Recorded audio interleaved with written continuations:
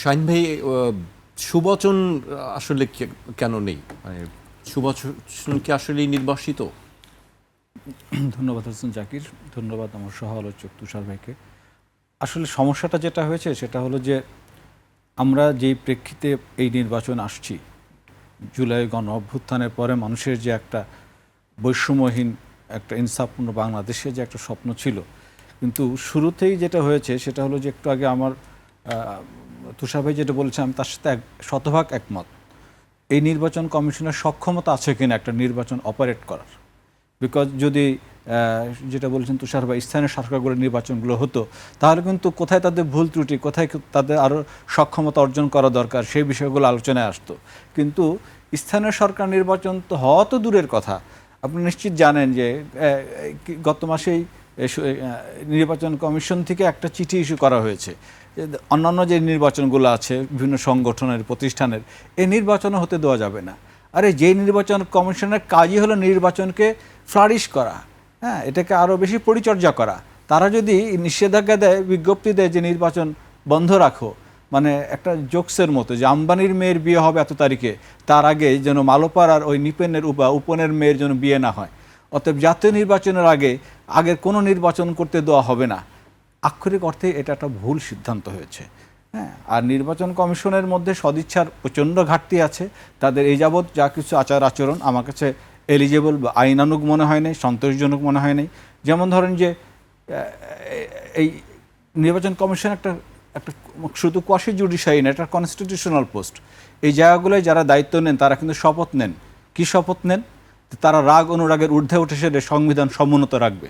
তো যখন তারা এই মনোনয়নপত্রগুলো যাচাই বাছাই করতে গিয়েছেন, তখন দেখেছেন যে নির্বাচন কমিশনার বলেই ফেলেছে যে অনেক দুঃখ লইয়া দিয়ে দিলাম, টাকাগুলো শোধ করিয়া দিয়েন। তার মানে উনি এই ভারাক্রান্ত হয়ে দিয়েছেন, কিন্তু তার তো ভারাক্রান্ত হওয়ার কথা না। উনি তো নিজেকে পরিপূর্ণভাবে আইনের প্রতি অনুগত রেখে আচরণ করবেন। এই জায়গাগুলো ওনারা লক্ষণ করেন। জি, সেটি ঠিক আছে, নির্বাচন কমিশন নিয়ে সমালোচনা আছে, কিন্তু আমার প্রশ্ন যেটি হচ্ছে যে দুই দলের মধ্যে যে আমরা সম্প্রতি যে সংঘাতগুলো দেখছি, সংঘর্ষগুলো দেখছি, সেই দায় কি নির্বাচন কমিশনের নাকি আসলে দুই দলকেই এটা দায়? প্রথম কথা হলো যে রেফারি যে তাকে সে যদি তার সক্ষমতা মানে প্রমাণ দেন, তাহলে মাঠে ফাউলের সংখ্যা কম হয়। আমি আপনাকে শুরুতে আসি, বিশেষ করে যে কারণে আজকে বড় ধরনের একটা মানে একটা বিষণ্ণতা তৈরি হয়েছে, যে শেরপুরে যে ঘটনাটা ঘটেছে, এটা কিন্তু সরকারি অনুষ্ঠান। স্থানীয় সহকারী রিটার্নিং অফিসার বা ইওনো উনি দুই পক্ষকে ডেকেছেন, একটা টাইম ফ্রেম দিয়ে দিয়েছেন। এই টাইম ফ্রেমের মধ্যে যারা আগে গিয়েছেন তারা সামনে যেয়ে বসেছেন।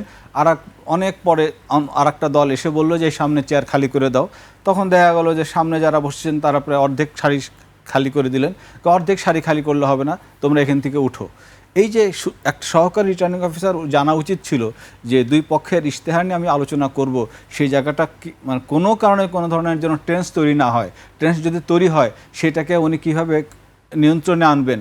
এবং দুপুরের পর থেকে বিকালের পর থেকে একটা গ্রুপকে 4 ঘন্টা আটকায় রাখা হয়েছে যে তাদের এক্সিট রুট বা নিরাপদ এক্সিটের ব্যবস্থা করতে পারছে না আইন শৃঙ্খলা বাহিনী। তাহলে পরিস্থিতি কোন জায়গাটায়?